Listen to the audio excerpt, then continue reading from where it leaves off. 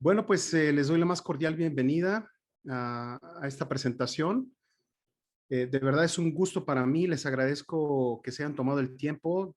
Digo, sé que después viene el plato fuerte realmente, pero espero que la información que pueda compartirles les sea de utilidad. Y justamente vamos a hablar hoy acerca de ciberseguridad estratégica basada en inteligencia. Específicamente vamos a platicar del sector financiero, pero que bueno, muchos de estos conceptos definitivamente van a aplicar a diferentes campos de la tecnología. Y hablando concretamente del sector financiero, es una realidad que la tecnología vino a integrarse de una manera casi natural, porque todos sabemos que anteriormente los servicios financieros no eran accesibles para muchas personas. De hecho, habían bastantes limitantes geográficas, de cultura, mucha gente no estaba bancarizada y gracias a la tecnología estas cosas vinieron cambiando. Yo recuerdo anteriormente lo que implicaba, por ejemplo, hacer un depósito, una transferencia, cambiar un cheque. Eran procesos muy manuales que en ocasiones pues había que validar, verificar y pues todo eso hacía que muchos negocios o personas no utilizaran la banca de manera cotidiana.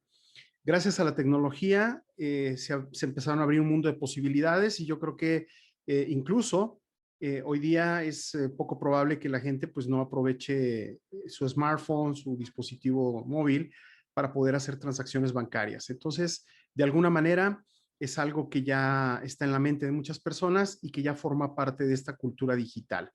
Y otro factor definitivamente que ha influido es la pandemia. No podemos dejar de hablar de la pandemia porque definitivamente fue el impulsor. Mucha gente que antes se resistía a utilizar servicios digitales para el tema de operaciones financieras, pues con esto de la pandemia lo tuvo que hacer. Muchas veces por precaución, en el sentido de no ir a una sucursal o a la calle simplemente, de poder contagiarse y poder quedarse en casa, ¿no? Otras compañías cambiaron del viejo modelo de pagos que tenían entonces a transferirles a los clientes. Sabemos que en México muchas compañías son pequeñas y medianas, son empresas familiares, entonces en algunos casos, bueno, no había esa integración. Desafortunadamente, y esto hay que entenderlo, siempre que hay tecnologías nuevas aparecen inevitablemente nuevos riesgos y no fue la excepción con el tema de la pandemia. Verdaderamente los cibercriminales aprovecharon justamente esta situación y el número de ciberataques se incrementó, a sabiendas que había personas que no tenían todavía muy impregnada la cultura de tecnología digital en cuanto al aspecto financiero. Y entonces, bueno, aparecen una serie de trampas, de engaños. Y no solo eso, porque bueno, aquí estamos hablando de todo un ecosistema cibercriminal en donde si nosotros revisamos a nivel global, en 2020, si revisamos detenidamente el panorama de amenazas, dentro de los 10 objetivos principales del cibercrimen y relacionados con ciberataques, estuvo justamente los bancos y el sector financiero en general. Es decir, solamente por abajo de gobiernos. Entonces, eso nos habla de la importancia que ha levantado justamente el que más personas se hayan integrado a las tecnologías, pero sobre todo también los bancos. Recordemos que hay tecnologías nuevas que han permitido hacer interconexión entre los bancos y les han permitido facilitar muchas de sus operaciones. Y justamente si nosotros revisamos el tema de los actores, nos daremos cuenta que en el número 1 está Lazarus. Y como todos ustedes saben, Lazarus pues es un actor ya conocido en el sector financiero porque justamente en 1997, perdón, 2017, hubo ataques importantes al sector financiero justamente por medio de este actor. Y no solo en el sector financiero en México, lo vimos en Chile, lo vimos en Centroamérica. Y curiosamente, dentro del panorama de amenazas global, digo, no es para nadie una sorpresa que México aparezca, por ejemplo, junto a Brasil, Colombia, en el tema de amenazas regionales. Pero si lo comparamos a nivel global, llama la atención que tanto México como Chile como Brasil fueron de los países más atacados. Entonces, si nosotros analizamos cuidadosamente esta información, nos daremos cuenta que creció el interés de estos actores, el apetito por atacar a estos sectores.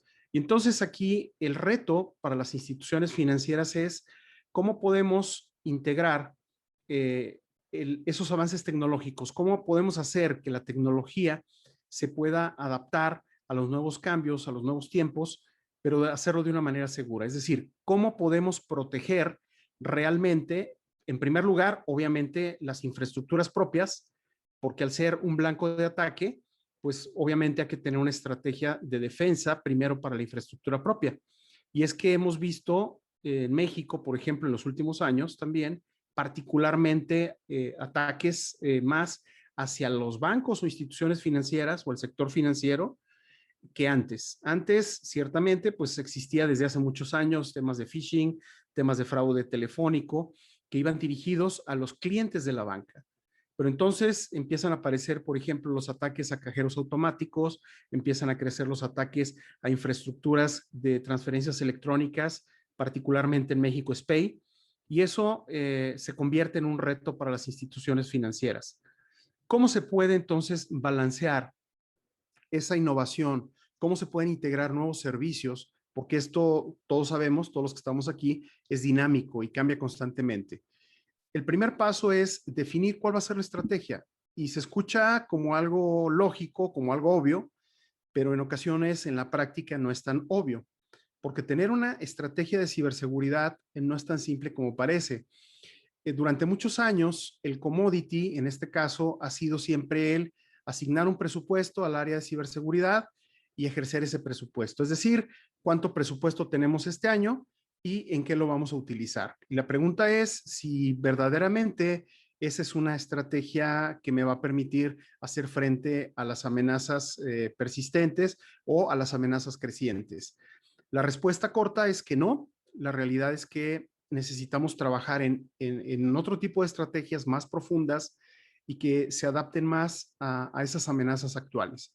Entonces, nosotros tenemos dos posturas, una postura proactiva, una postura reactiva.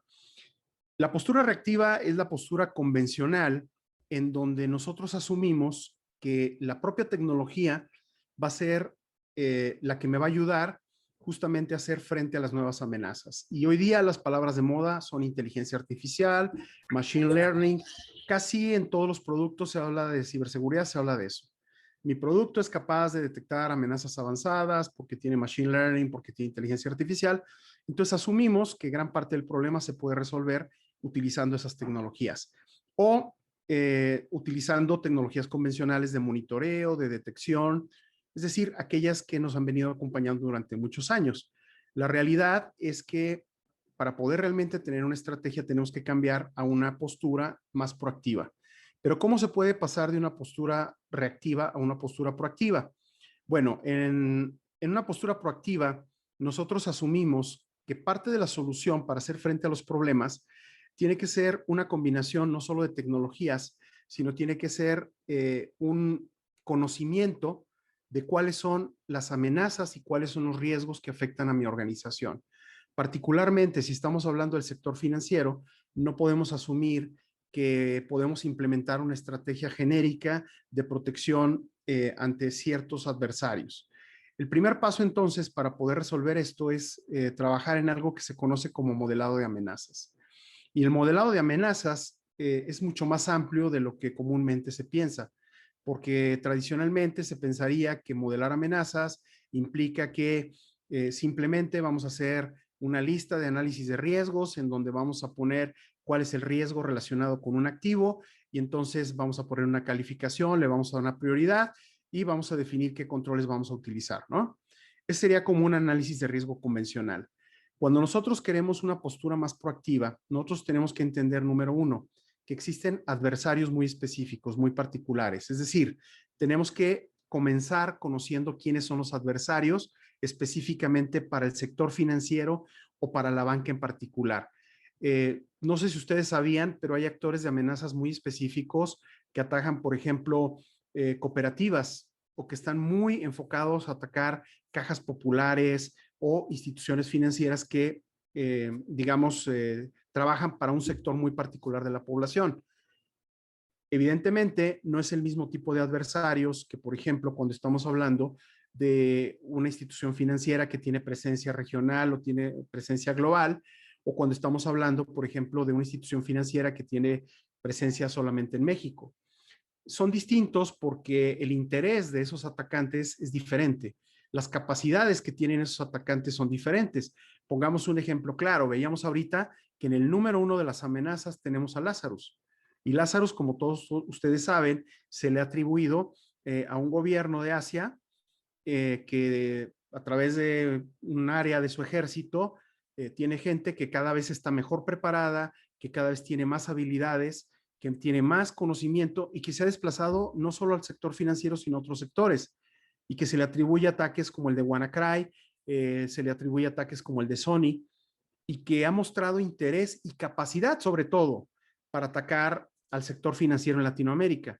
Entonces, eso nos abre un campo de posibilidades, porque entonces ya no nos vamos a defender del adversario genérico, del atacante malicioso, del hacker malicioso, que simplemente quiere atacar mis activos y se quiere llevar mi dinero o el de mis clientes. En ese caso, nosotros podemos ponerle rostro a ese adversario y entender y conocer, primero, cómo opera, qué herramientas utiliza, qué tipo de instituciones ataca, en qué zonas del mundo trabaja, cuáles son sus motivaciones o intereses. No es lo mismo, por ejemplo, un cibercriminal que está en Europa del Este, que trabaja de forma independiente, a grupos que, por ejemplo, pueden ser parte incluso de los militares o de un sector militar o de diferentes áreas o de áreas específicas de un gobierno en particular. Definitivamente, nosotros no podemos desarrollar una estrategia de defensa contra adversarios genéricos cuando en realidad nos están atacando adversarios específicos. Y lo vimos recientemente en México. Hay grupos que están trabajando localmente, que están desarrollando capacidades y que si bien es cierto, no tienen la misma capacidad que algunos otros grupos internacionales como Carvanac, como Lazarus, sí mostraron conocimiento, por ejemplo, del manejo o la operación o el funcionamiento de ciertas operaciones o de ciertas aplicaciones o programas dentro del sector financiero local. Entonces aquí tenemos un panorama muy extenso de grupos locales, de grupos globales que están interesados justamente y que tienen las motivaciones y preparación suficientes como para poder hacer daño en un momento dado. Si yo quiero conocer a mi adversario, entonces, lo primero que tengo que hacer es entender el perfil. Como les decía, ¿qué tipo de industrias ataca? No es lo mismo un operador o un actor malicioso o un adversario que, por ejemplo, ataca sectores de distintas áreas, como es el militar, como es el de gobierno, como es el sector fintech, el sector financiero, incluso el de juegos, es decir, que abarca diferentes procesos o utiliza diferentes campañas para atacar a sus víctimas, que cuando estamos hablando de uno que está dedicado específicamente en el sector financiero o que utiliza ciertas técnicas de ataque. Por ejemplo, hay grupos dedicados concretamente a los ataques basados en ransomware. Entonces, un primer paso sería, bueno, voy a conocer quiénes son esos adversarios, voy a identificar cómo operan, cómo trabajan y entender que los ataques son más complejos de lo que pensamos.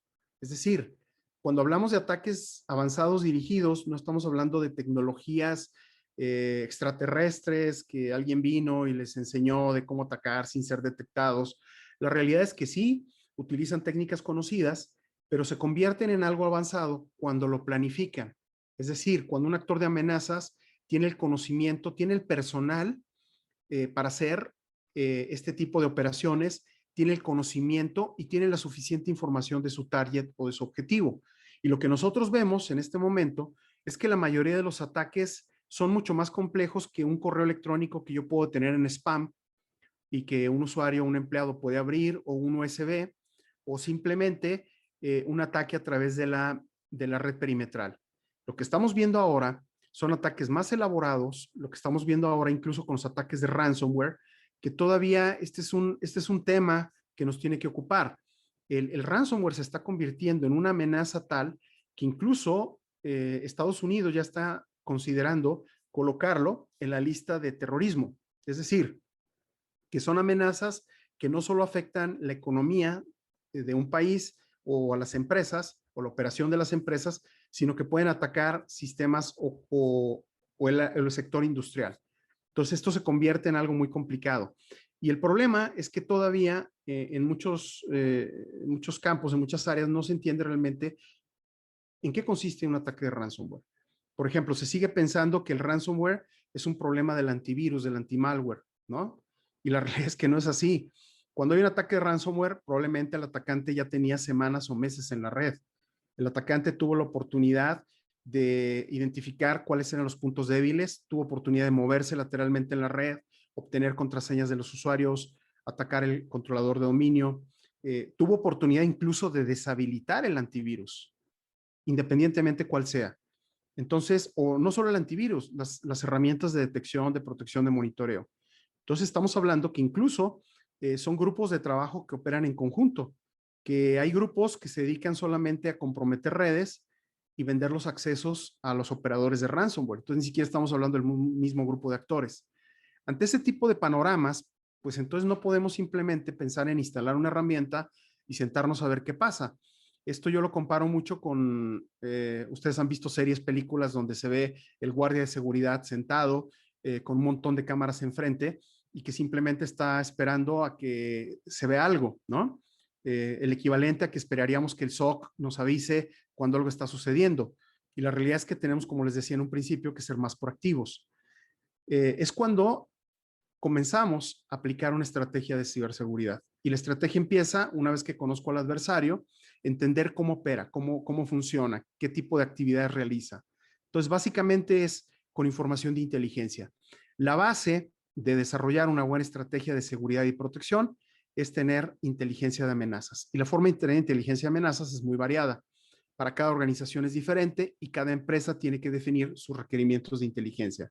Pero un buen punto de partida es, por ejemplo, conocer si un actor en particular, en específico, realiza una operación, conocer cómo fue la operación, cómo la realizó, qué herramientas utilizó, cuáles tácticas técnicas utilizó. Hay frameworks muy interesantes, abiertos, como el Attack de Mitre, que básicamente me permiten mapear esa actividad de manera visual y me permite entender y conocer esas tácticas.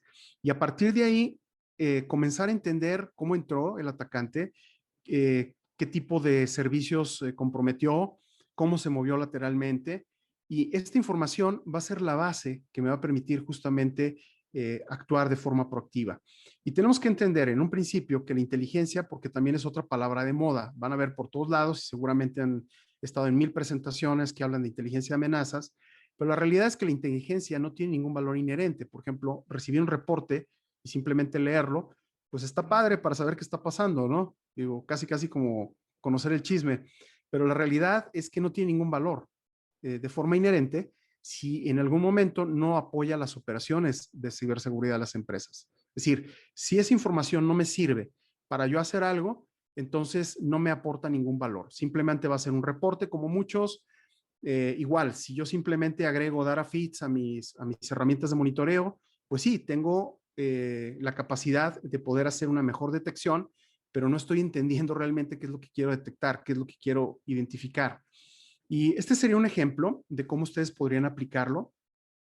Imaginen un escenario en donde un reporte de inteligencia eh, revisa en el contenido que hay una aplicación vulnerable. Ustedes recuerdan recientemente la aplicación que hubo la vulnerabilidad, perdón, que hubo con Microsoft Exchange, que realmente se convirtió en un dolor de cabeza para muchas compañías que tenían la herramienta instalada on-premise, porque la vulnerabilidad permitía a los atacantes comprometer el servidor y no es que a los atacantes les interesara Exchange realmente, sino que les permitía tener el acceso a la red completamente.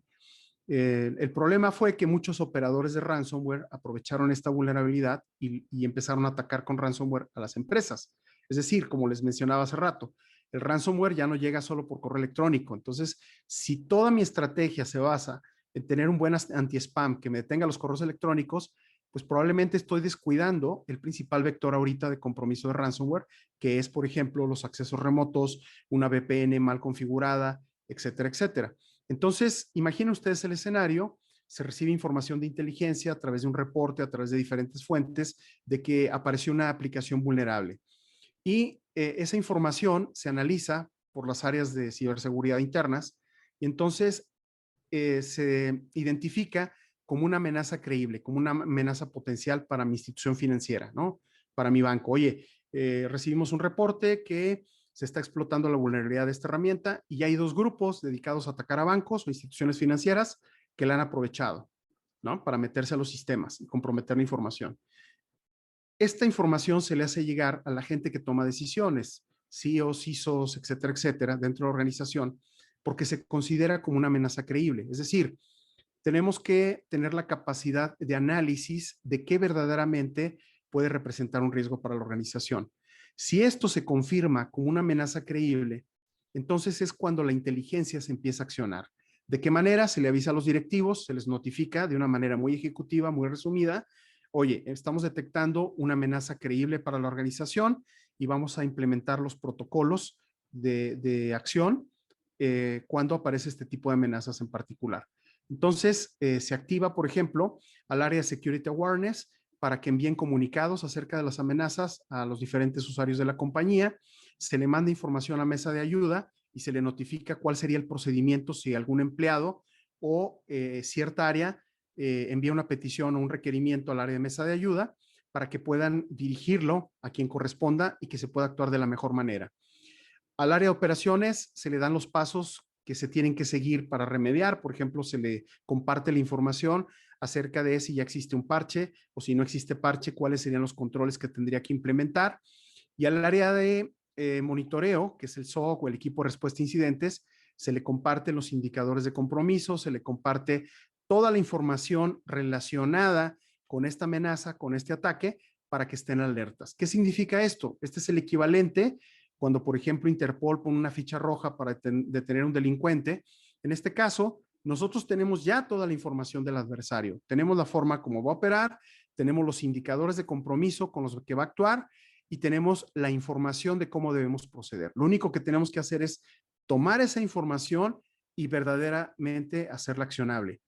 Comparen ustedes la diferencia. No es lo mismo enfocarnos solamente a la detección vía SOC a interactuar con áreas de inteligencia que verdaderamente puedan compartir esta información y puedan distribuirla a todos los que correspondan. Sería el equivalente a lo que hacen algunos gobiernos, por ejemplo, que todas las semanas o todos los días reciben un security briefing en donde aparecen, por ejemplo, las principales amenazas o las potenciales amenazas que puedan amenazar la seguridad nacional de un país. Y esto sería más o menos un modelo de implementación en donde, por ejemplo, tenemos diferentes fuentes de inteligencia. Estas fuentes de inteligencia verdaderamente pueden ser de diferentes tipos, pueden ser abiertas, pueden ser comerciales, no importa. Lo importante es tener fuentes de información que me puedan servir para hacerlas accionables. Al equipo de inteligencia se le conoce como White Team y la magia comienza cuando yo tomo esos indicadores y, por ejemplo, creo playbooks de ataque. ¿Qué significa? Si existe el nivel de madurez dentro de la organización para tener Purple Teams, el Red Team se va a encargar de emular o simular el ataque que viene definido en el reporte de amenazas. Es decir, Lazarus se identificó que está utilizando ransomware a través de BHD, por ejemplo. Entonces, vamos a emular los mismos comportamientos para identificar a través del Blue Team, a través del área de monitoreo de detección, si nosotros tenemos la capacidad de detectar. Aquí estamos cubriendo dos áreas. Por un lado, estamos identificando desde el punto de vista ofensivo la capacidad que tendría un atacante real, en este caso basado en un ataque real, de hacer daño, y en el lado azul, el lado de la defensa, tendríamos la capacidad de identificar a tiempo a través del monitoreo, pero sobre todo, si lo queremos hacer proactivo, podemos a través de una actividad que es cacería de amenazas, buscar la información a través de los indicadores. Por ejemplo, ok, en este ataque el atacante dejó estos indicadores. Entonces, mi área de cacería de amenazas va a buscar proactivamente, a esto me refería al principio, cambiar de una postura reactiva a proactiva, va a buscar proactivamente si es que hay algún indicador, a lo mejor no solo de este ataque, a lo mejor de algún otro ataque en mi red. No me voy a esperar a asumir que yo puedo detectar todo. Digo, seamos honestos, la realidad es que requerimos de diferentes tecnologías y aún así hay ataques en donde los atacantes saben perfectamente cómo ir debajo del radar, cómo no ser detectados. Entonces, la idea es que por un lado nos apoyamos de tecnologías de seguridad y protección, pero por otro lado nosotros tomemos la iniciativa y hagamos la búsqueda proactiva. Y la otra forma de actuar es que mi equipo de respuesta a incidentes ya conoce de la amenaza y en el caso que se pudiera presentar el incidente en la organización, ya tiene un playbook de cómo actuar, de cómo responder, de cómo garantizar no solo la continuidad del negocio, que es lo que muchas veces se busca o todas las veces se busca, sino también garantizar que se va a identificar el origen del problema y la raíz del problema. Existen dentro de las herramientas de tecnología de Kaspersky muchas formas en las que pueden ustedes integrar esto, pero indistintamente de esta situación, yo creo que el enfoque que tenemos que tener, perdón, es justamente el de nosotros poder tener una estrategia. Y Eugene Kaspersky lo definía de la siguiente manera: tenemos que pasar de una estrategia de ciberseguridad a una estrategia de ciberinmunidad. ¿Qué significa esto? Ciberseguridad implica un modelo convencional en donde somos más reactivos, es decir, en donde respondemos a incidentes, en donde monitoreamos, en donde ponemos controles, donde asumimos que podría haber algún ataque, pero de alguna forma utilizamos la mayor parte de la información de forma reactiva. Cuando pasamos de un modelo de ciberseguridad a ciberinmunidad, lo que está sucediendo es que estamos creando las herramientas necesarias para poder proteger a nuestra organización. ¿Cómo funciona esto? Yo voy a poner una analogía. Al igual que las enfermedades, al igual que las pandemias, las vacunas se diseñan de tal forma, utilizando, esto es importante y es clave, utilizando la información, en este caso de los virus o de los atacantes, que permite crear o identificar o compartir información al organismo para que el organismo de nosotros sea capaz de que si en el futuro el virus se presenta a nuestro cuerpo, sea capaz de identificarlo y eliminarlo. Es decir, estamos desarrollando una capacidad de resistencia de nuestro propio organismo, porque al final eso hacen las vacunas, ayudar al organismo a identificar la amenaza, poder enfrentarla, poder resolverla o eliminarla, y de esta forma estamos creando ciberinmunidad, es decir, siendo proactivos. La otra forma en la que podemos utilizar la ciberinmunidad o aplicar la ciberinmunidad es, por ejemplo, desarrollando una capacidad de seguridad por defecto, creando una cultura de seguridad por default. Y esto aplica a todas las áreas. Aplica al área de desarrollo de software, aplica al área de infraestructura. Si, por ejemplo, una institución financiera contrata a un tercero para que le desarrolle un módulo de alguna aplicación web, alguna aplicación mobile o que haga una integración, pedirle que tenga los mismos requerimientos de seguridad que yo tengo.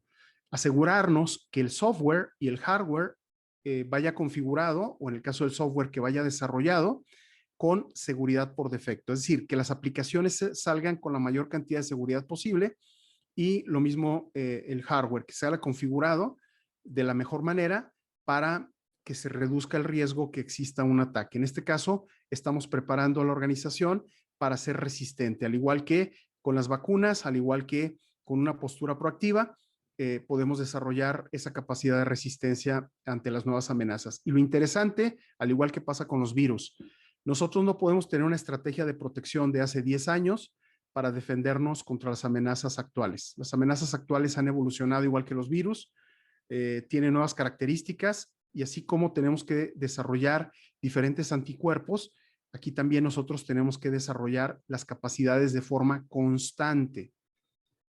Hoy la amenaza de ransomware puede estar totalmente asociada a ataques de RDPs expuestos a Internet, VPNs con alguna falla de seguridad, con alguna configuración mal hecha, pero el día de mañana esta estrategia puede cambiar. Ya lo vimos y les ponía el ejemplo. Lazarus utilizó máquinas virtuales que copiaba dentro de la organización de la red, y a través de la máquina virtual lanzaba el ataque ransomware justamente para no ser detectado, para no ser eliminado. Entonces, probablemente si nosotros estuviéramos hablando hace 5 años de cuáles son las superficies de ataque y cuál sería el modelado de amenazas, pues a lo mejor a nadie se nos había ocurrido que alguien podía meter un ransomware en una máquina virtual y entonces atacar la organización. ¿Cómo estamos trabajando nosotros en esa forma proactiva? Bueno, hablaba principalmente de información de inteligencia. Nosotros trabajamos como un equipo global. Somos cerca de, bueno, no 42, ya somos como 45 analistas en 21 países, Y nuestra función es justamente desarrollar esa inteligencia. En Latinoamérica somos 5 personas, las que trabajamos en esta área, y trabajamos constantemente justamente en eso, en identificar nuevos actores, en conocer cuáles son sus tácticas, sus técnicas que utilizan, qué herramientas están usando, cómo están logrando entrar a las organizaciones, cómo evitan ser detectados, cómo pueden permanecer durante semanas, meses dentro de una organización sin que nadie se dé cuenta que están ahí. Y lo más importante, cuáles son sus motivaciones. Si sus motivaciones son más económicas o si son motivaciones más bien de obtener información para una ventaja competitiva a nivel Estado, a nivel compañía, inteligencia competitiva. Y estamos creando esa información justamente para las empresas, así como colegas de diferentes compañías. Este es un esfuerzo continuo. Aquí no hay marcas, aquí no hay etiquetas. Creo que el esfuerzo tiene que ser continuo. Y un mensaje importante que quisiera mandarles, que hoy día es conveniente y es muy, muy relevante que nosotros tengamos la capacidad de integrar esas distintas tecnologías, que en realidad tenemos que partir primero de la estrategia, eso es sumamente importante, y después seleccionar las tecnologías que van a reforzar esa estrategia. Tradicionalmente, cuando estamos en un modelo reactivo, es completamente diferente. Se parte siempre de la compra de tecnología y después tratamos de adaptar la estrategia a esas tecnologías nuevas. Ese esquema creo que no es funcional y creo que en algún punto no nos va a permitir desarrollar justamente ese punto de defensa que requerimos o ese punto estratégico que es tan importante para poder protegernos ante amenazas que constantemente están evolucionando. Muy bien, pues de mi parte es todo. Les agradezco muchísimo su atención, su tiempo que me brindaron.